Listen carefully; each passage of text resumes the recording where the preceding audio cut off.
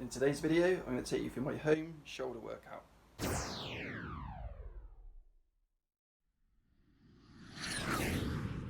Hi, it's Keith from Home Fitness. So today I'm going to take you through a little bit of a shoulder routine which I do.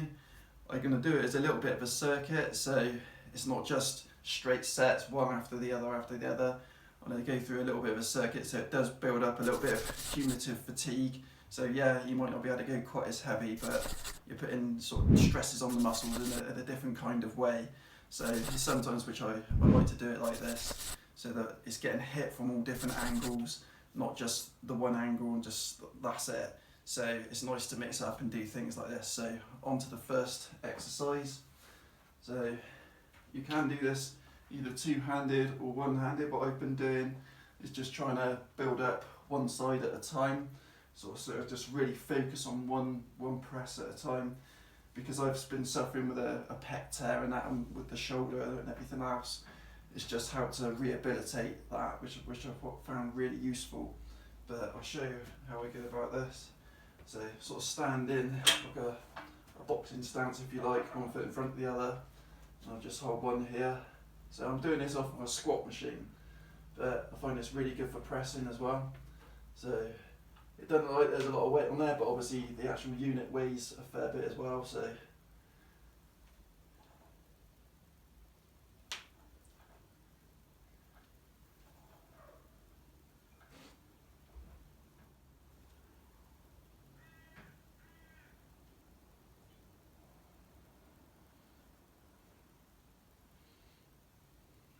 so that's the first one complete. Then I get into doing a little bit of trap work and trying to hit the rhomboids and the lower traps, and I do that with like a W upright row. Obviously I don't like the usual upright row because that's useless for the actual joints, and it's a dangerous exercise. It's horrible, it puts your wrists in a real awkward, horrible position. You're better to be sort of like neutral wrist and be able to still bring it up and get good activation.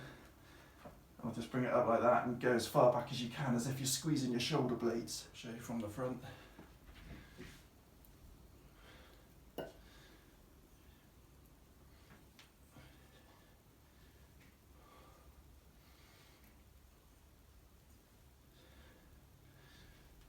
Again, you do feel really good contraction. I don't just sort of stop here. Like I said, I do go all the way back, squeeze those shoulder blades. Helps to bring in the lower traps and the rhomboids, and obviously you do feel it sort of fire up in your traps as well, so it's a really good one to do. So on to the next exercises. Okay, so this one I've been using a lot in my rehabilitation with my pec tear, trying to strengthen up a lot of rotator cuff muscles and all the small muscles behind in the back, all the little intricate muscles. This is a good sort of like rehab technique, but I like to do it as well because it's also a good prehab to try and stop things from happening. So it's well worth doing. So I do a little circuit. Okay, I use heavier weights in the stronger position at the back, just like doing a press down. But with this, I'm just working from there and just going up that way. So it's just that short movement. So because we can incorporate the lats, obviously we can use a bit more weight because we're stronger in that movement. And then I'm going to go into T's, so it's like Y's, T's and I's. That's how they call it in the rehab. So I'm just going to do this little circuit. So my face down.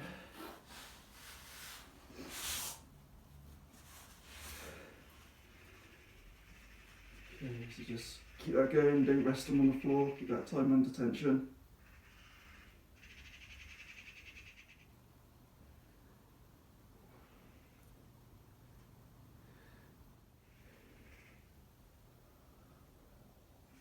Go into another exercise, which is a plank push-up, which works on those serratus muscles, which is like a fan, like that, almost like the shark gills. If you're a lower body fat percentage, you will see them, obviously. So this is the muscles that it's working on, so it's on those pushing muscles, or punching muscles if you like. So we're working on those. So yeah, it's a plank push-up. So we start off nice and high, and then we just sink down as low as we can go without touching the floor, of course. And up.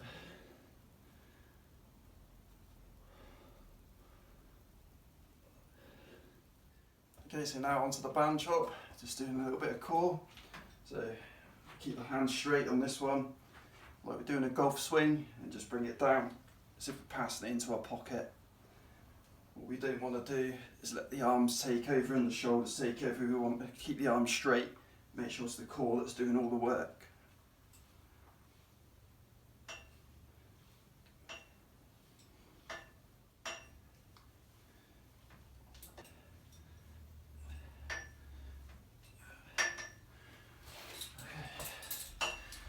That's really good.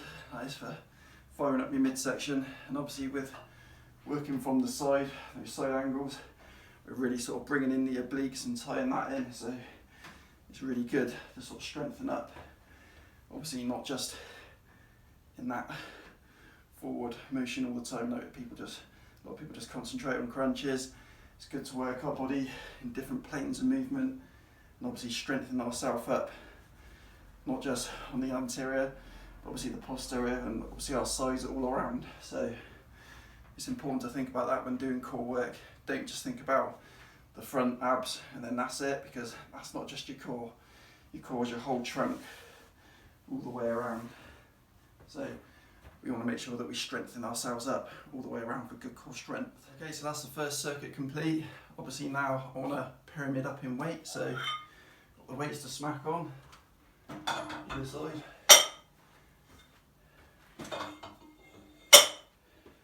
If you've ever seen Total Rebuild with Arnold Schwarzenegger, obviously when he says smack the plate on, don't just put it up like that. He says you've got to try and build up the trauma, like the atmosphere, and try and make it sound like it's 1,000 pounds.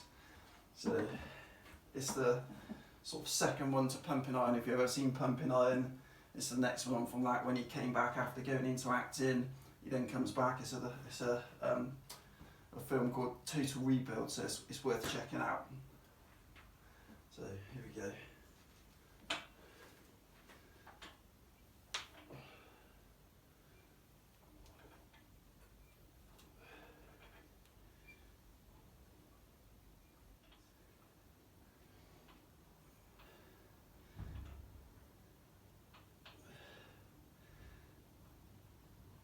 Okay, so that's our second set done.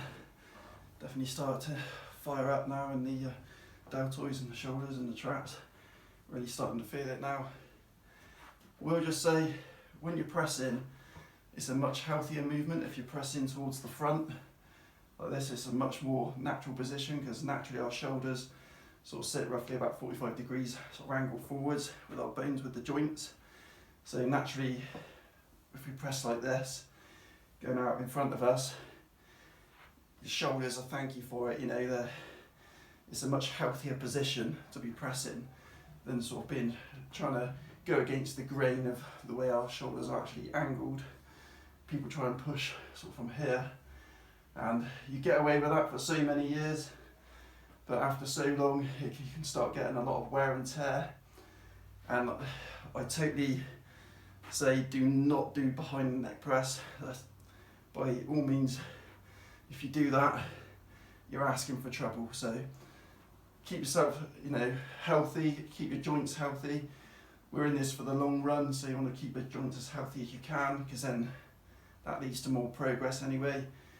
Every little bit of consistency that we can keep with our training, we get to our goals so much quicker and look after ourselves for the long term, because our joints, they will wear out. You know, if you're just grinding all the time, going against the grain, eventually you're going to get a lot of wear and tear, and then have to like reduce the weight that you can lift, or some people give up training altogether thinking I can't do it anymore. So think about the longevity of this, look after your joints. So last time I showed you from the front, so this time I'm going to show you from the back. So this is this W raise.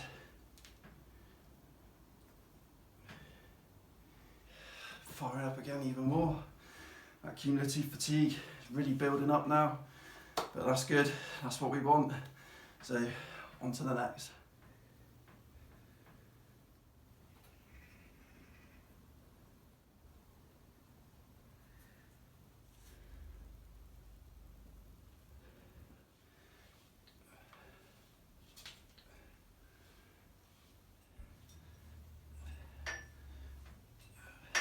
Okay, so on to my third and final set. And just putting these extra weights on, and then we're good to go. So.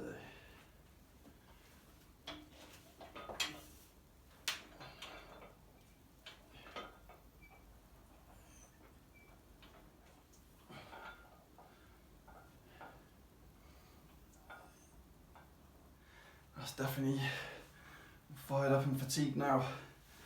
Alright, onto these W raises. This time I'll show you from the side.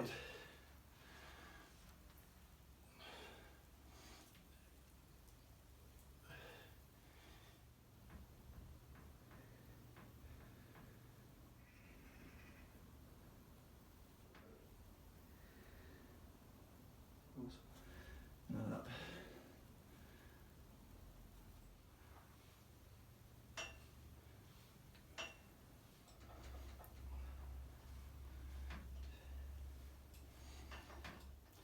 So as always, thanks for watching. I hope you enjoyed the video. I hope you got some value out of it. If you'd like to subscribe and maybe smash a like, then I'd be more than grateful, and I'll see you in the next one.